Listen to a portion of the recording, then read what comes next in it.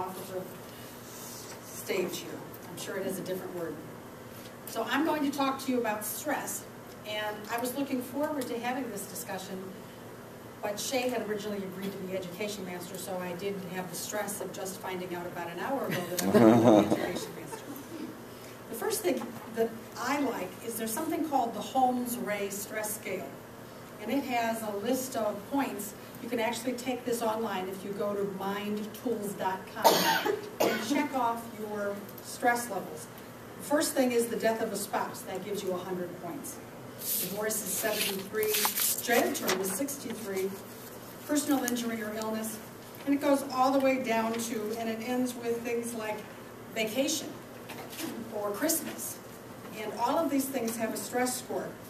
A high stress score means that you are more likely to become ill, as I'm sure Kelly can agree. And one of the things that is helpful here is if you're dealing with an aging parent, little changes in lifestyle or changes in food. So the dieting is stressful, so is getting dentures. I remember years ago I worked with a young woman whose father had postponed getting dentures because his father had gotten dentures and died that year. So he waited till he was past the age that his father had gotten dentures and died, and he got his dentures the next year and he died.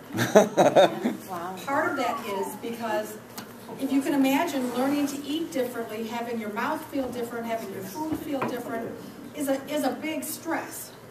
And there are lots of things here that you can check off and find out how likely you are to be able to handle stress. And this also does say that depending on how well you handle that stress will determine whether or not you get ill from this.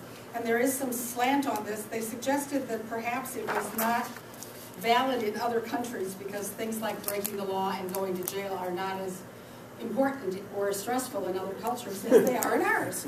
So that was interesting. And the one thing that I did want to do for you all is to pass out something called a stress diary. There may not be quite enough because I just printed 20, but perhaps they'll work.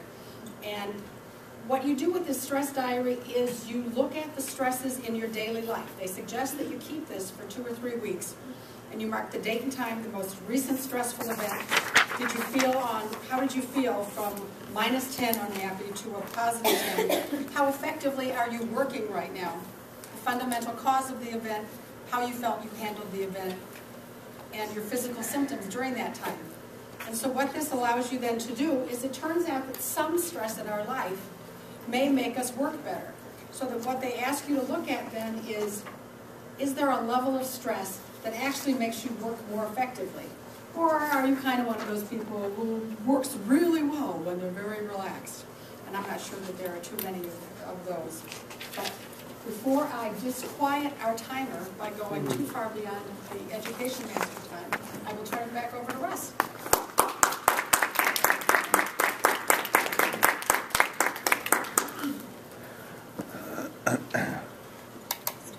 First of all, I'll acknowledge our other meeting participants.